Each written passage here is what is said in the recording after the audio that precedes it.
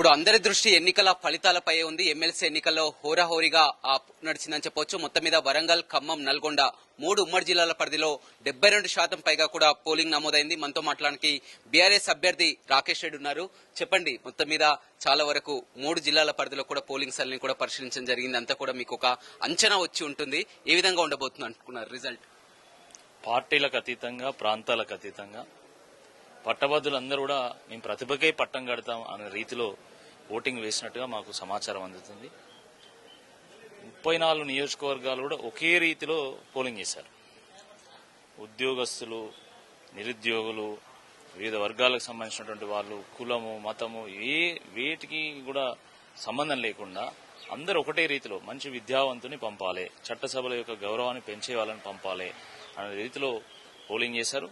తప్పకుండా మేము మొదటి ప్రాధాన్యత ఓటులోనే విజయం సాధిస్తామన్నటువంటి ఒక విశ్వాసంతో ఉన్నాం. మేము ఇచ్చినటువంటి మాటకు తప్పకుండా కట్టుబడి పనిచేస్తాం. మొత్తం ఎన్ని ఓట్లు పోలింగ్? 4,63,000, 3.5 లక్షల వరకు ఎన్ని ఓట్లు? 3,33,000 అరౌండ్ పోల్ అయినాయి. పోల్ అయిన దాంట్లో కొన్ని ఇన్వాలిడ్ ఓట్స్ ఉంటాయి. అది మినహాయిస్తే మనకు 50% రీచ్ అయితే మనం ఫస్ట్ ప్రయారిటీలో మనం గెలవచ్చు, లేదంటే సెకండ్ ప్రయారిటీకి వెళ్ళిపోతాం. సెకండ్ ప్రయారిటీకి వెళ్ళినా కానీ ఒకవేళ రాకేష్ రెడ్డికి అనుకూలంగా ఉంటుందని చాలా మంది చెప్తున్నారు. ఎందుకంటే పార్టీలతో సంబంధం లేకుండా ఇలాంటి వ్యక్తి ఉండాలి అనేటువంటి ఒక ధోరణితోని చాలా మంది ఓట్లు వేసినట్టుగా మాకు సమాచారం అందుతున్నది. కాబట్టి నా అంచనా అయితే ఫస్ట్ ప్రయారిటీలో గెలవాలి. ఒకవేళ ఫస్ట్ ప్రయారిటీ చేజారినా కూడా సెకండ్ ప్రయారిటీలో 100% వి విల్ విన్. కానీ కాంగ్రెస్ పార్టీ అభ్యర్థి మీ పార్టీపై కూడా తీవ్రమైనటువంటి ఆరోపణలు చేస్తున్నారు. మొత్తం కూడా ఏకంగా రాకేష్ రెడ్డి అకౌంట్ కి 20 కోట్ల రూపాయలు ట్రాన్స్ఫర్ అయినట్టు కూడా అతను లెక్కలతో సహా కూడా చూస్తున్నటువంటి పరిస్థితి ఏమంటారు? ఇప్పుడు తాను మాట్లాడినటువంటి మాటలకు ఓటర్లే ఈరోజు సమాధానం చెప్పబోతున్నారు. కాబట్టి let us wait till the result. ఓటర్సే సమాధానం ఇస్తారు. ట్రాన్స్ఫర్ చేశారు, అది చేశారు, ఇది చేశారు అనే దాని మీద నేను వ్యాఖ్యానించాను. ఒకవేళ ఎలక్షన్ కమిషన్ కానీ లేదా వేరే గవర్నమెంట్ ఏజెన్సీస్ ఏమైనా మాకు ఒకవేళ మమ్మల్ని అడిగితే తప్పకుండా దాన్ని రిప్లై ఇస్తాం. బీజేపీ వాళ్ళు కూడా కొంత రాకేష్ రెడ్డిని ఓన్ చేసుకున్నట్టుంది. గతంలో చాలా కాలం బీజేపీలో పనిచేయడం అలాంటివి కూడా 100% కంప్లీట్ భారతీయ జనతా పార్టీ యొక్క క్యాడరు నాకు సపోర్ట్ చేసింది. కొంతమంది ఫస్ట్ ప్రయారిటీ ఓట్లేశారు, ఎక్కువ మంది సెకండ్ ప్రయారిటీ ఓట్లేశారు. నేను చాలా కాలం పాటు భారతీయ జనతా పార్టీలో క్రియాశీలకంగా పనిచేసిన ఒక కార్యకర్త స్థాయి నుండి రాష్ట్ర అధికార ప్రతినిధిగా, ఒక కీలకమైనటువంటి నాయకుడిగా నేను భారతీయ జనతా పార్టీ ఎదుగుదలలో నేను ఒక పాత్ర పోషించిన. దాన్ని మర్చిపోలేదు నా కార్యకర్తలందరూ. వాళ్ళు ఇది ఒక అవకాశం, రాకేష్ రెడ్డికి వచ్చినటువంటి అవకాశంలో మనం కూడా ఒక భాగస్వామ్యం కావాలనేటువంటి ఉద్దేశంతో వాళ్ళు నాకు ఓట్లు వేసిండ్రు.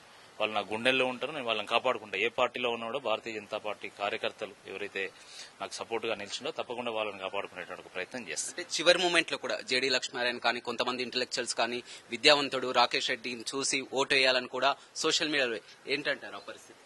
నేను అదృష్టంగా భావిస్తున్నాను. ఎందుకంటే ఒక ప్రొఫెసర్, ఒక జేడీ లక్ష్మీనారాయణ గారు కానీ లేదా చాలా మంది ప్రొఫెసర్లు, టీచర్స్, సొసైటీలో పేరెన్నిక కలిగినటువంటి వాళ్ళందరూ కూడా చాలా మంది ఓపెన్ గా నాకు సపోర్ట్ చేశారు. ఈవెన్ ప్రొఫెసర్ నాగేశ్వర్ గారు కూడా నాకు ఓపెన్ గా సపోర్ట్ చేయకపోయినా కూడా ఎలాంటి వ్యక్తిని ఎన్నుకుంటే బాగుంటుంది అనేటువంటి విషయం కూడా వారు చెప్పడం జరిగింది. తర్వాత రెడ్ బస్ CEO ఫనీ గారు వారు కూడా అట్లా చాలా మంది ఓపెన్ గా వారు సపోర్ట్ చేశారు. అంటే నాకు ఉన్నటువంటి ఎడ్యుకేషన్ బ్యాక్గ్రౌండ్ కానీ లేదా 11 ఏళ్ళుగా నేను రాజకీయాల్లో నా వ్యవహార శైలి కానీ, నా క్రెడెన్షియల్స్ కానీ, ప్రజా సేవలో నాకున్నటువంటి క్రెడిబిలిటీ కానీ ఇవన్నీ కూడా నాకు పనిచేసినాయని చెప్పి నేను భావిస్తున్నాను. కాబట్టి రాజకీయాల్లో ఉన్నప్పుడు ఒక నిబద్ధతతో పనిచేసినప్పుడు తప్పకుండా ఇలాంటివన్నీ కలిసి వస్తాయి అనేది ఒక సందేశం. పార్టీ కూడా మీ అందరూ కూడా మొత్తం మీద చూడడం జరిగింది. కేటీఆర్ కానీ అత్యధిక నియోజకవర్గాల్లో ప్రచారం, అదేవిధంగా మీరు కూడా డే అండ్ నైట్ మొత్తం కూడా చాలా వరకు డెఫినెట్ గా నేను భారతీయ జనతా పార్టీలో 11 ఏళ్ల పాటు పనిచేసినా కూడా. మరిన్ని వీడియోస్ కోసం ఛానల్ ని సబ్స్క్రైబ్ చేయండి. లేటెస్ట్ అప్డేట్స్ కోసం వాట్సాప్ ఛానల్ ని ఫాలో చేయండి. అండ్ లింక్ డిస్క్రిప్షన్ లో ఉంది.